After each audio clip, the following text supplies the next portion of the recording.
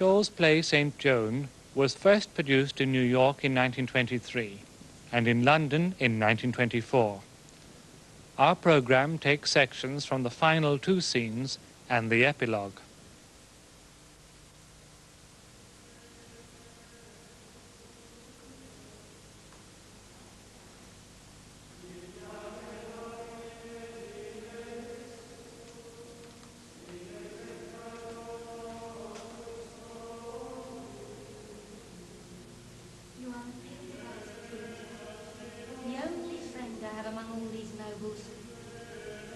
I'll wager your mother was from the country.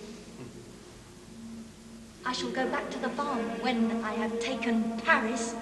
I'm not so sure that they will let you take Paris. What? I should have taken it myself before this. They'd all been sound about it.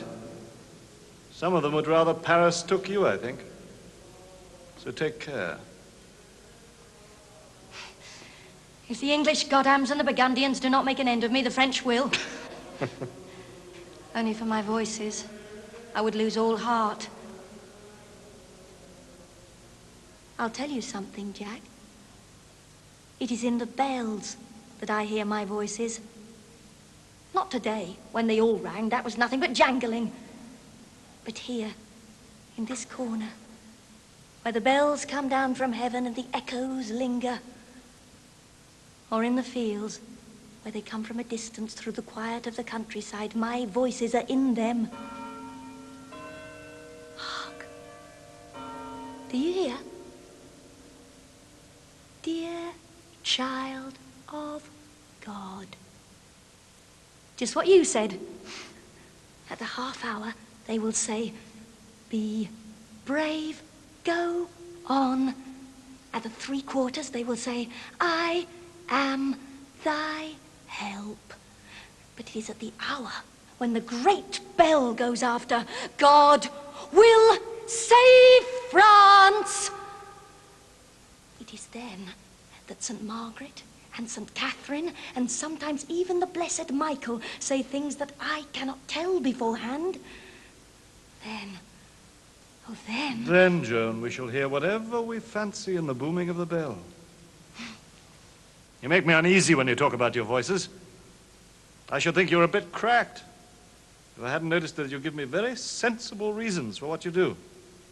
Though I hear you telling others that you are merely obeying Madame St. Catherine. Jack, before I go home, let us take Paris. Oh, no. No, we shall lose everything we've gained. Oh, let's not have any more fighting.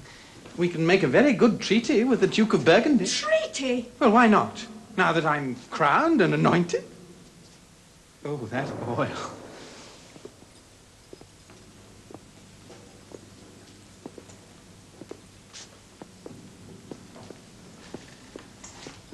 Archbishop, the maid wants to start fighting again. Have we ceased fighting then? Are we at peace? No, I suppose not. But let us be thankful for what we've done. Let us make a treaty. Our luck's too good to last. Let us stop now before it turns. Luck? God has fought for us and you call it luck.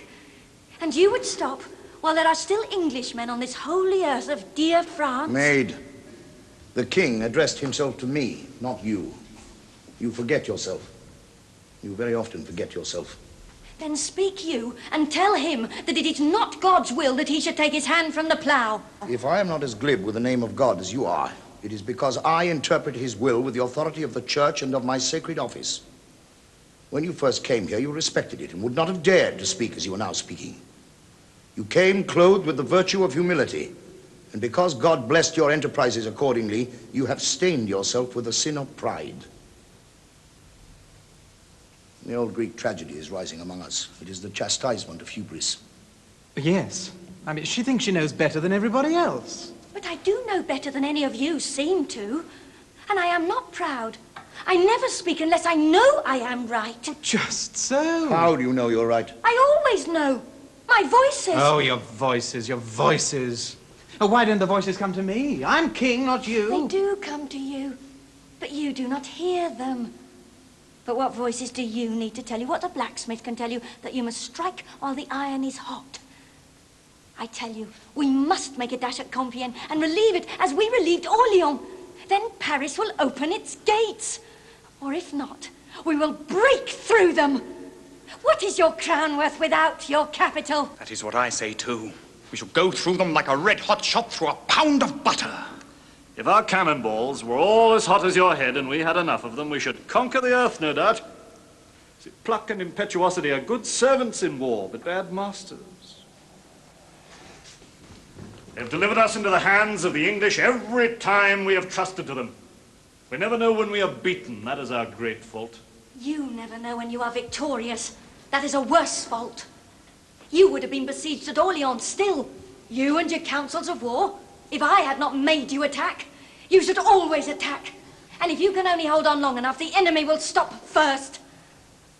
You don't know how to begin a battle. And you don't know how to use your cannons, and I do. I know what you think of us, General Joan.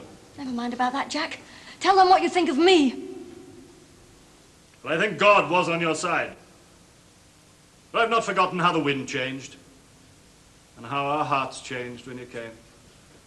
And by my faith, I shall never deny that it was in your sign that we conquered. But if we presume further and trust God to do the work we should do ourselves, we shall be defeated and serve us right. Shh, I'm not finished. Do not think any of you that these victories of ours were won without generalship. I know exactly how much God did for us through the Maid and how much he left me to do by my own wits. And I say that your little hour of miracles is over, and that he who plays the war game best will win, if the luck is on his side. Oh, if. I tell you, bastard, your art of war is no use, because your knights are no good for real fighting. War is only a game to them, like tennis and all their other games. Do you think men that are fighting for France and for God should stop to bargain about ransoms as half your knights live by doing? No. They will fight to win. And they will give up their lives out of their own hand into the hand of God when they go into battle, as I do. Common folks can't understand this. They cannot afford armour, cannot pay ransom. But they followed me, half naked, into the moat and up the ladder and over the wall. With them it is my life or thine, and God defend the right. Pride will have a fall, Joan. Never mind whether it is pride or not. Is it true? Is it common sense? It is true. Half of us are afraid of having our handsome noses broken, and the other half are out for paying off their mortgages. Let her have her way, Dunois. She does not know everything, but she's got hold of the right end of the stick. Fighting is not what it was, and those who know least about it often make the best job of it. I know all that. I do not fight in the old way. I have learned the lesson of Agincourt, of Poitiers and Crécy. I know how many lives any move of mine will cost, and if the move is worth the cost, I make it and pay the cost. But Joan never counts the cost at all. She goes ahead and trusts to God. She thinks she has God in her pocket. Up to now, she has had the numbers on her side and she has won. But I know Joan, and I see that one day she will go ahead when she has only 10 men to do the work of 100. Then she will find that God is on the side of the big battalions. She will be taken by the enemy, and the lucky man that makes the capture will receive £16,000 from the Earl of Warwick. £16,000? For me? There cannot be so much money in the world. Now tell me, which of us will make a move to save her once the English have got her? I speak first for the army. The day that she is dragged from her horse by a Godam or a Burgundian and she is not struck dead, the day that she is locked in a dungeon and the bars and bolts do not fly open at the touch of St. Peter's angel, the day when they find that she is as vulnerable as I am and not a bit more invincible, she will not be worth the life of a single soldier to us. And I will not risk that life, much as I cherish her as a companion in arms. I don't blame you, Jack. I am not worth one soldier's life if God lets me be beaten. But France may think me worth my ransom after what God has done for her through me. I tell you, I have no money. And this coronation, which is all your fault, has cost me the last farthing I can borrow. The church is richer than you. I put my trust in the church. Woman, they will drag you through the streets and burn you as a witch. My lord, do not say that. It is impossible. I? A witch? Peter Conchon knows his business. The University of Paris have burnt a woman for saying that what you have done was well done and according to God. But why? What sense is there in it? What I have done is according to God. They could not burn a woman for speaking the truth. They did. But you know that she was speaking the truth. You would not let them burn me. How could I prevent them? You would speak in the name of the church. You are a great prince of the church. I would go anywhere with your blessing to protect me. I have no blessing for you while you are proud and disobedient. Why will you go on saying things like that? I am not proud. And how can you say I am disobedient when I always obey my voices because they come from God? The voice of God on earth is the voice of the church militant. The voices that come to you are echoes of your own willfulness. It is not true. You tell the Archbishop in his cathedral he lies, and you say you are not proud and disobedient. I never said you lied. It was you that as good as said my voices lied. When have they ever lied? If you will not believe in them, even if they are only echoes of my own common sense, are they not always right? And are not your earthly counsels always wrong? It's a waste of time admonishing you. It always comes back to the same thing. She is right and everybody else is wrong. Take this as your last warning. If you perish through setting your private judgment above the instructions of your spiritual directors, the church disowns you and leaves you to whatever fate your presumption may bring you. The bastard has told you that if you persist in setting your military conceit above the counsels of your commanders... To put it exactly, if you attempt to relieve the garrison at Compiègne without the same superiority in numbers you had at Orleans... The army will disown you. His Majesty the King has told you that the throne has not the means of ransoming you. Not a penny. You stand alone. Absolutely alone. Trusting in your own conceit, your own ignorance, your own headstrong presumption, and your own impiety in hiding all these sins under the cloak of a trust in God. When you pass through those doors into the sunlight, the crowd will cheer you, but they cannot save you. We, and we alone, stand between you and that stake at which our enemies burnt that wretched woman in Paris. I have better friends and better counsel than yours. I see I'm speaking in vain to a hardened heart. You reject our protection and seem determined to turn us all against you. Well, in future, fend for yourself. And if you fail, may God have mercy on your soul. That is the truth, Joan. Heed it.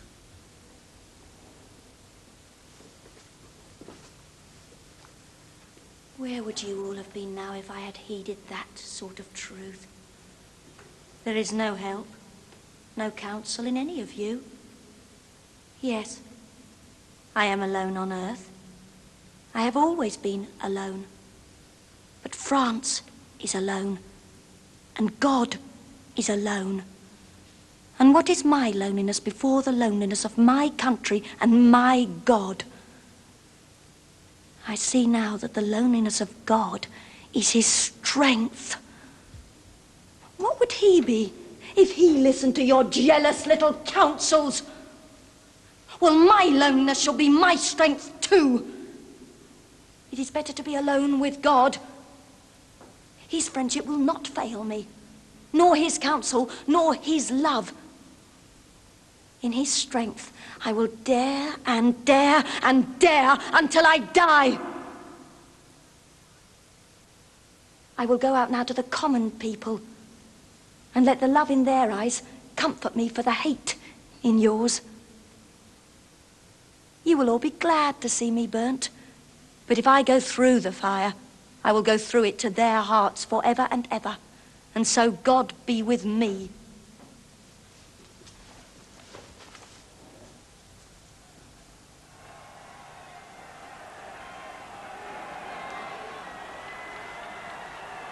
As God is my judge, if she fell in the Loire, I would jump in full armor to fish her out. But if she plays the fool at Compiègne and gets caught, I must leave her to her doom. Then you had better chain me up, for I could follow her to hell when the spirit rises in her like that. She disturbs my judgment, too. There's a dangerous power in her outbursts, But the pit is open before her, and for good or evil, we cannot turn her from it. If only she'd keep quiet. Or go home.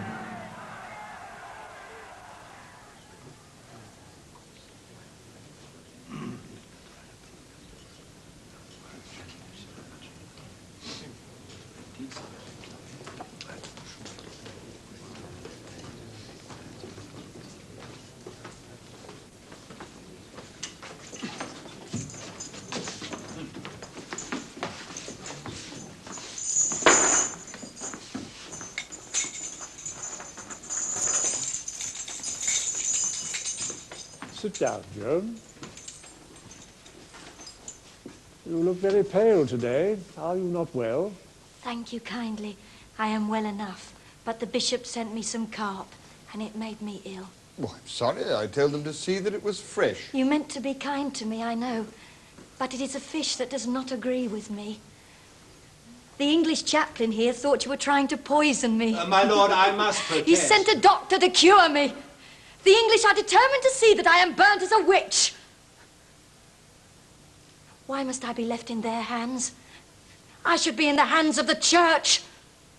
And why must I be chained by the feet to a log of wood? Are you afraid I will fly away? Woman! It is not for you to question the court. It is for us to question you. When you were left unchained, did you not try to escape by jumping from a tower 60 feet high? If you cannot fly like a witch, how is it you are still alive?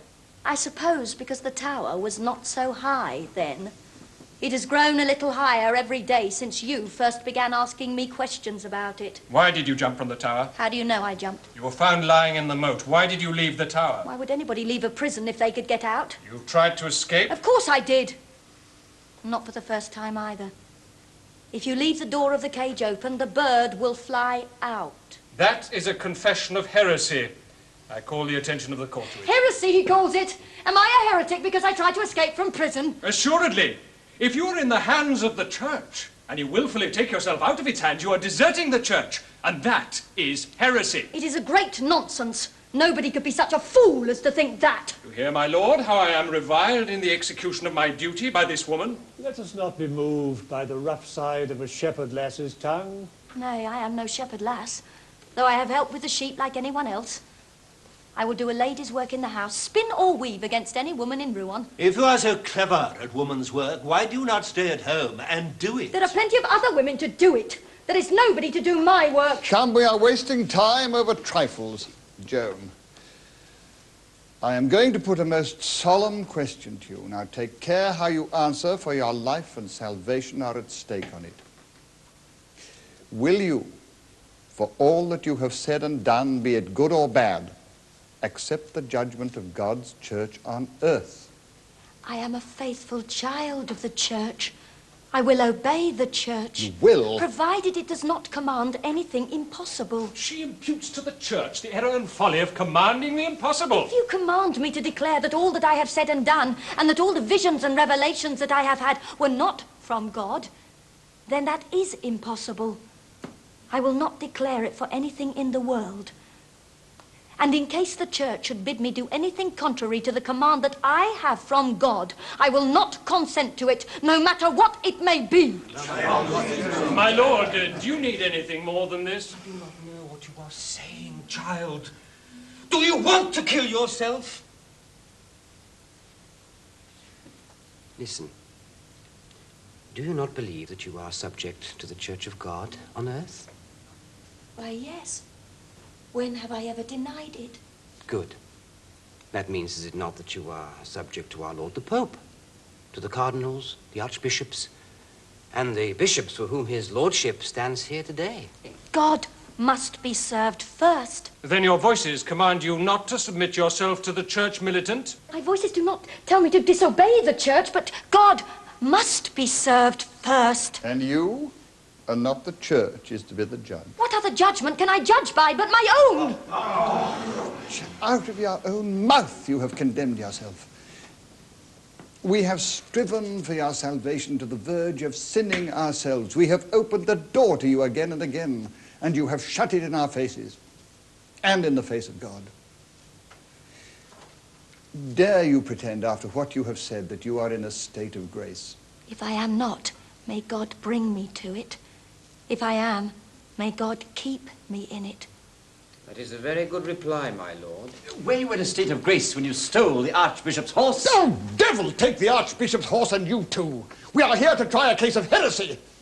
No sooner do we come to the root of the matter than we are thrown back by idiots who understand nothing but horses. Gentlemen, gentlemen. In clinging to these small issues, you are the maid's best advocates. I am not surprised his lordship has lost patience with you. What does the promoter say? Does he press these trumpery matters? I am bound by my office to press everything. But I share the impatience of his lordship as to these minor charges. Only with great respect, I must emphasize the gravity of two very horrible and blasphemous crimes which he does not deny. First, she communicates with evil spirits and is therefore a sorceress. Second, she wears men's clothes, which is indecent, unnatural, and abominable. And in spite of our most earnest remonstrances and entreaties, she will not change them, even to receive the sacrament. Is the blessed St. Catherine an evil spirit? Is St. Margaret? Is Michael, the archangel? How do you know that the spirit which appears to you is an archangel? Does he not appear to you as a naked man? Do you think God cannot afford clothes for him? Well answered, Joe. It is in effect well answered, but no evil spirit would be so simple as to appear to a young girl in a guise that would scandalize her, when he meant her to take him for a messenger from the Most High. Joan, the Church instructs you that these apparitions are demons seeking your soul's perdition. Do you accept the instruction of the Church? I accept the messenger of God.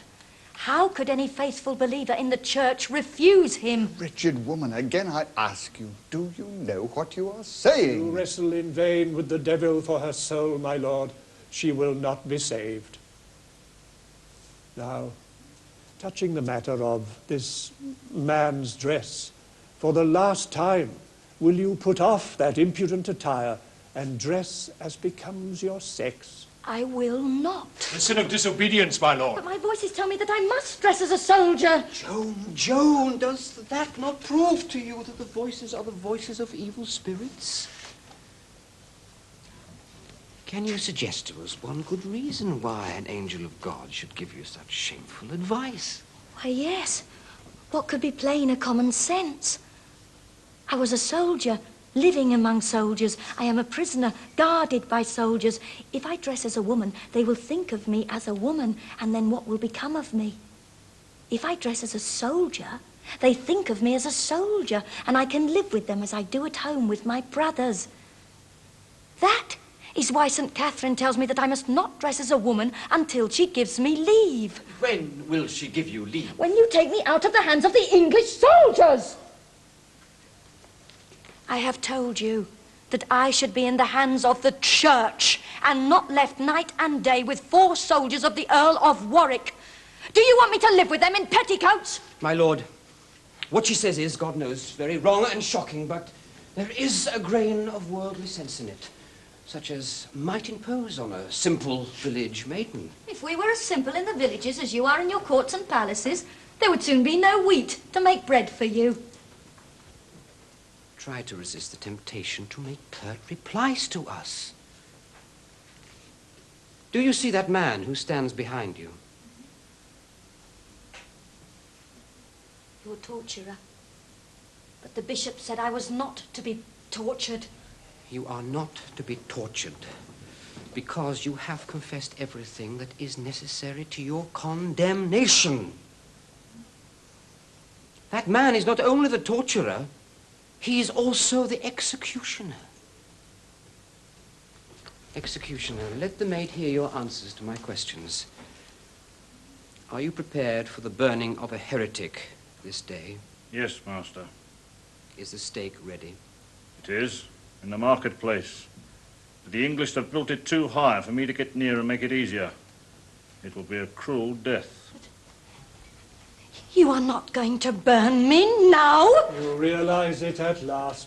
There are 800 English soldiers waiting to take you to the marketplace the moment the sentence of excommunication has passed the lips of your judges. You are within a few short moments of that doom. Oh, God. Do not despair, Joan. The Church is merciful. You can save yourself. Yes. My voices promised me I should not be burnt. St. Catherine bade me be bold. Woman, are you quite mad? Do you not yet see that your voices have deceived you? Oh, no. That is impossible. Impossible. They have led you straight to your excommunication and to the stake, which is there waiting for you. Have they kept a single promise to you since you were taken at Compiègne?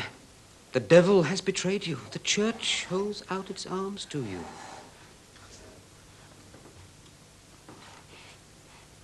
It is true. It is true. My voices have deceived me. I have been mocked by devils. My faith is broken. I have dared and dared, but only a fool would walk into a fire. God, who gave me my common sense, cannot will me to do that. Now God be praised that he hath saved you at the 11th hour.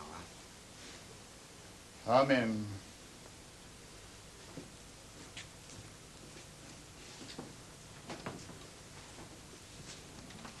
What must I do? You must sign a solemn recantation of your heresy. Sign? That means write my name. I cannot write. You have signed many letters before. Yes, but somebody held my hand and guided the pen. I can make my mark. My lord, do you mean that you are going to allow this woman to escape us? The law must be respected, Master de Stoggenberg, even by the English. And you know the law. I know that there is no faith in a Frenchman. I know what my lord, the Cardinal of Winchester, will say when he hears of this. I know what the Earl of Warwick will do when he learns that you intend to betray him. There are 800 men at the gate who will see that this abominable witch is burnt in spite of your teeth. My lord! Silence! Gentlemen, pray, silence. Master Chaplain, bethink you of your holy office, of what you are and where you are. I direct you to sit down. I will not sit down. Master Inquisitor, this man has called me a traitor to my face before now. So you are a traitor. You are all traitors. You've been doing nothing but begging this damnable witch on your knees to recant all through this trial. If you will not sit, then you must stand. That is all. I will not stand! My lord, here is the form of recantation for the maid to sign. Read it to her. Do not trouble. I will sign it. Woman, you must know what you are putting your hand to. Read it to her, Brother Martin, and let all be silent. I, Joan, commonly called the maid, a miserable sinner, do confess that I have most grievously sinned in the following articles. I have pretended to have revelations from God and the angels and the blessed saints, and perversely rejected the Church's warnings that these were temptations by demons. I have blasphemed abominably by wearing an immodest dress, contrary to the Holy Scripture and the canons of the Church. Also, I have clipped my hair in the style of a man, and against all the duties which have made my sex specially acceptable in heaven, have taken up the sword, even to the shedding of human blood, and inciting men to slay each other. All of which sins I now renounce and abjure and depart from, humbly thanking you, doctors and masters, who have brought me back to the truth and into the grace of our Lord. And I will never return to my errors, but will remain in communion with our Holy Church and in obedience to our Holy Father, the Pope of Rome. All this I swear by God Almighty and the Holy Gospels, in witness whereto I sign my name to this recantation. Do you understand this, Joan? It is plain enough. And is it true? It may be true. If it were not true, the fire would not be ready for me in the marketplace. Come, child. Let me guide your hand. Take the pen.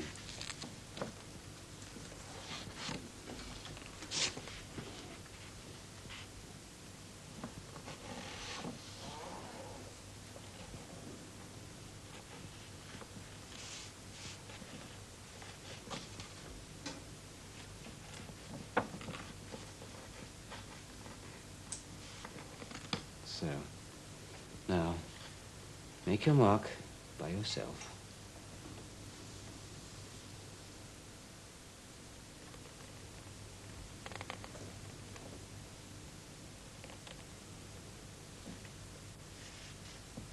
There. Praise be to God, my brothers. The Lamb has returned to the flock. And the Church rejoices in her more than in 99 just persons.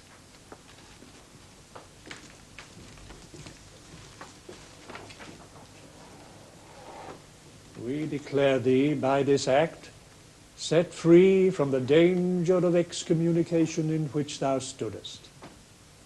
I thank you. But because thou hast sinned most presumptuously against God and his holy church, and that thou mayst repent thy errors in solitary contemplation, shielded from all danger of temptation to return to them, we, for the good of thy soul, and for a penance that may wipe out thy sin, and bring thee finally unspotted to the throne of grace, do condemn thee to eat the bread of sorrow and drink the waters of affliction to the end of thy earthly days in perpetual imprisonment.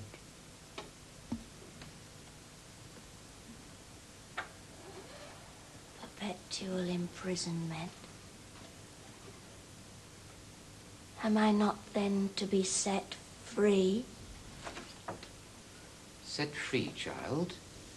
After such wickedness as yours? What are you dreaming of? Give me that writing.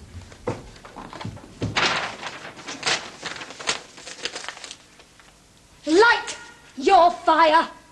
Do you think I dread it as much as the life of a rat in a hole? My voices were right. Joan. Yes, Joan. they told me you were fools! And I was not to listen to your fine words, nor trust to your charity.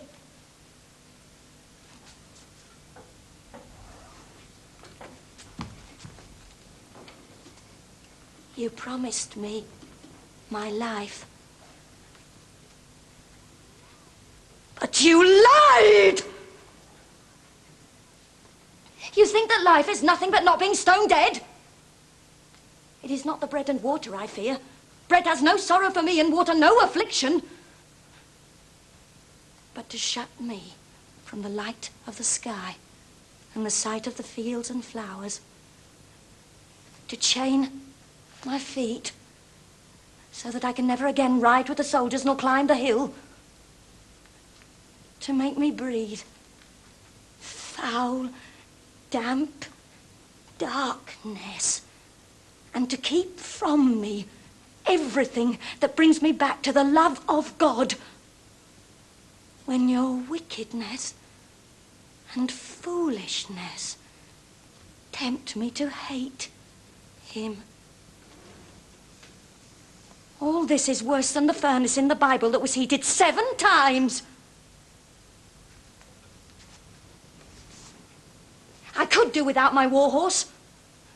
I could drag about in a skirt. I could let the banners and the trumpets and the knights and the soldiers pass me and leave me behind as they leave the other women.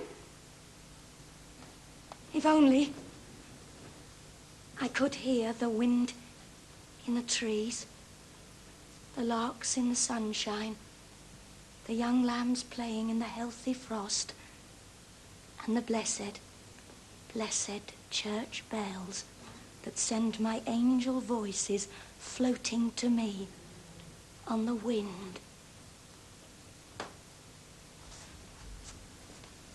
But without these things, I cannot live. And by your wanting to take them away from me, or from any human creature, I know that your counsel is of the devil, and that mine is of God. She is a relapsed heretic, obstinate, incorrigible, and altogether unworthy of the mercy we have shown her. I call for her excommunication. Light your fire, man, to the stick with her. You wicked girl. If your counsel were of God, would he not deliver you? His ways are not your ways. He wills that I go through the fire to his bosom, for I am his child. And you are not fit that I should live among you. That is my last word to you.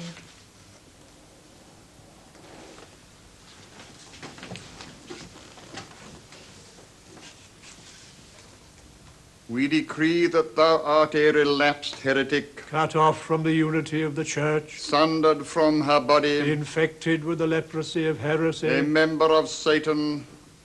We declare thee to be excommunicate. And now we do cast thee out, segregate thee, and abandon thee to the secular power. Admonishing that same secular power that it moderate its judgment of thee in respect of death and division of the limbs. And if any true sign of penitence appear in thee, to permit our brother Martin to administer to thee the sacrament of penance.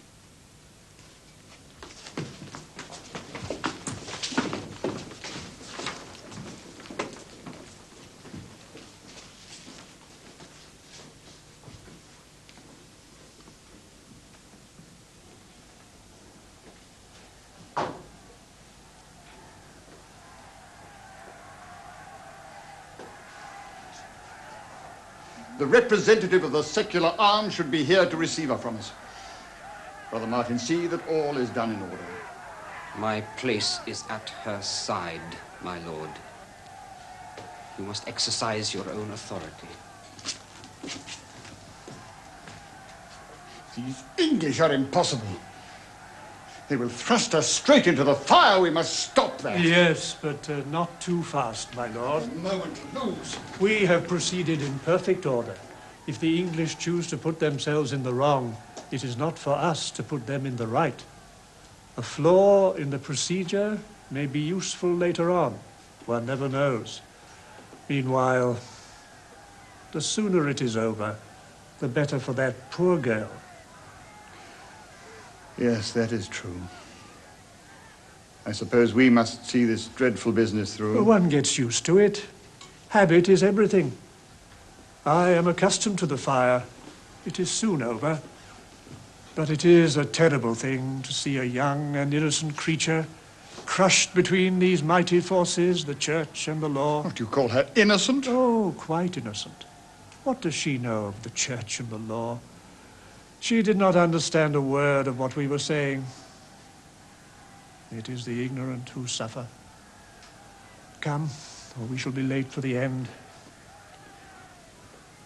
I shall not be sorry if we are. I am not so accustomed as you.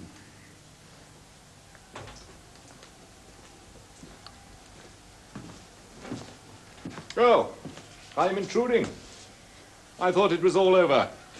Do not go, my Lord Warwick. It is all over. The execution is not in our hands, my lord. But it is desirable that we witness the end.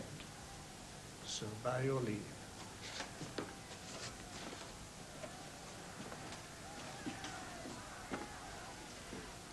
There is some doubt, my lord, that you English have observed the forms of law. I am told that there is some doubt whether your authority runs in this city, my lord. It is not in your diocese. However, if you will answer for that, I will answer for the rest. It is to God we both must answer. Good morning, my lord. My lord, good morning.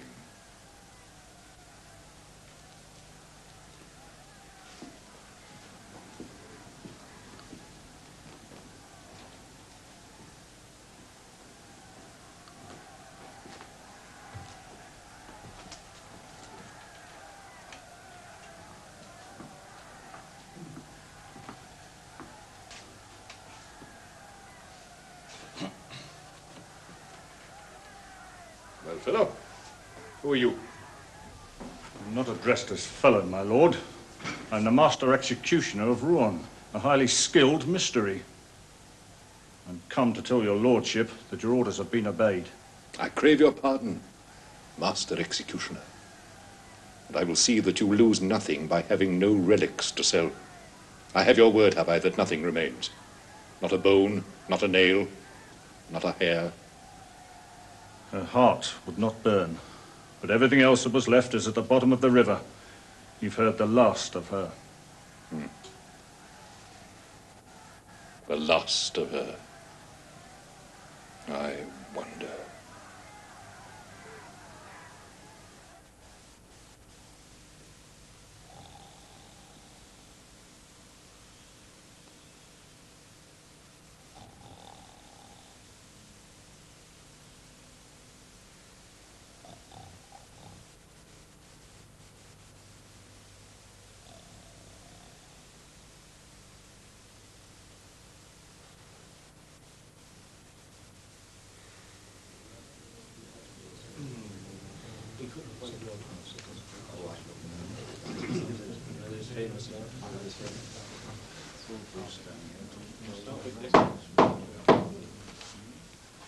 Come in.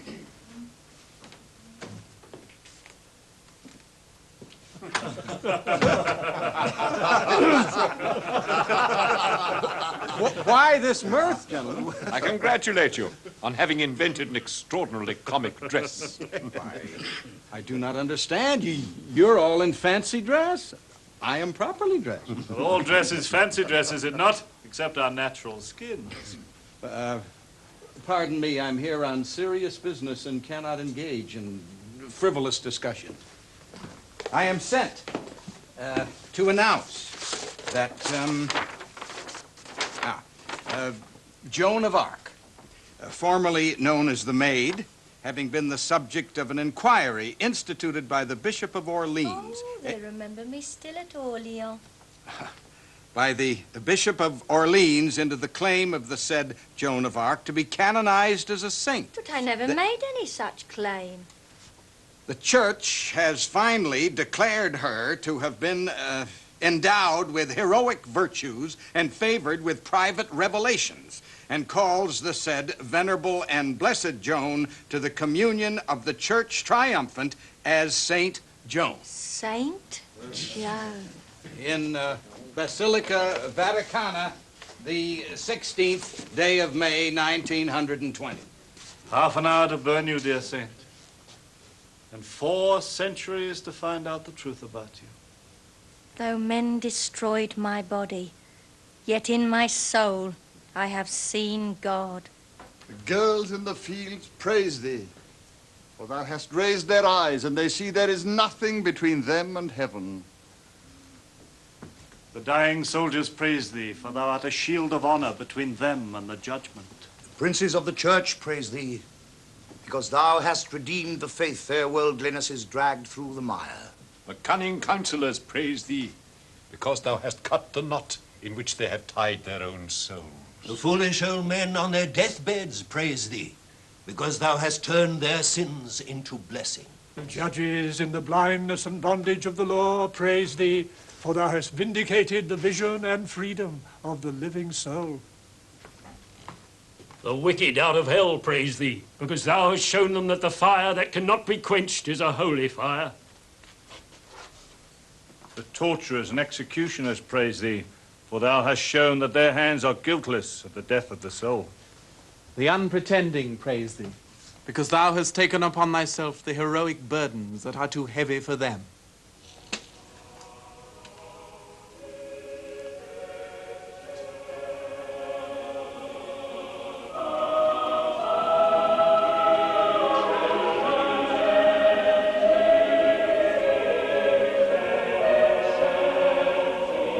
to me when all men praise me. I bid you remember that I am a saint and that saints can work miracles. And now tell me, shall I rise from the dead and come back to you a living woman? What? Must I burn again? Are none of you ready to receive me? The heretic is always better dead, and mortal eyes cannot distinguish between the saint and the heretic. Spare them. Forgive us, Joan. We are not yet good enough for you. I must go back to my bed. We sincerely regret our little mistake, but political necessities, although occasionally erroneous, are still imperative. So, if you will be good enough to excuse me. Your return would not make me the man you thought me. The utmost I can hope is that while I dare not bless you, I may one day enter into your blessedness.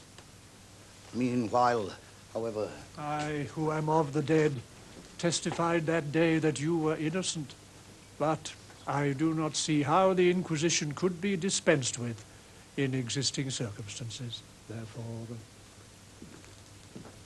Oh, do not come back. You must not come back. I must die in peace. Oh, give us peace in our time, O Lord.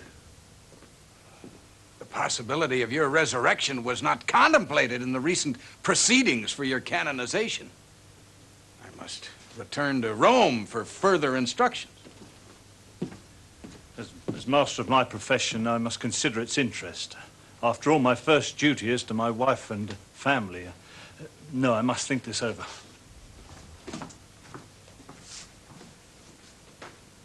Poor old Joan. They've all run away from you. Except for this blackguard who has to go back to hell at 12 o'clock. And what can I do but follow Jacques Dunois's example and go back to bed too?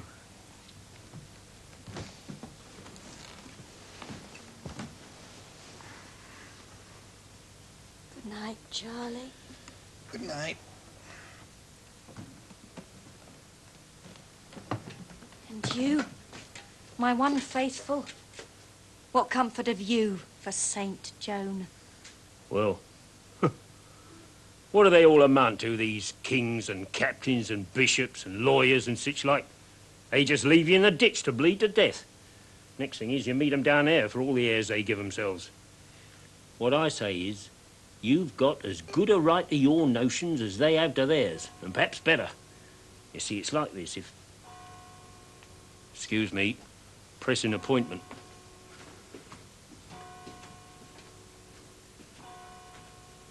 O God, that madest this beautiful earth, when will it be ready to receive thy saints? How long, O Lord? How long?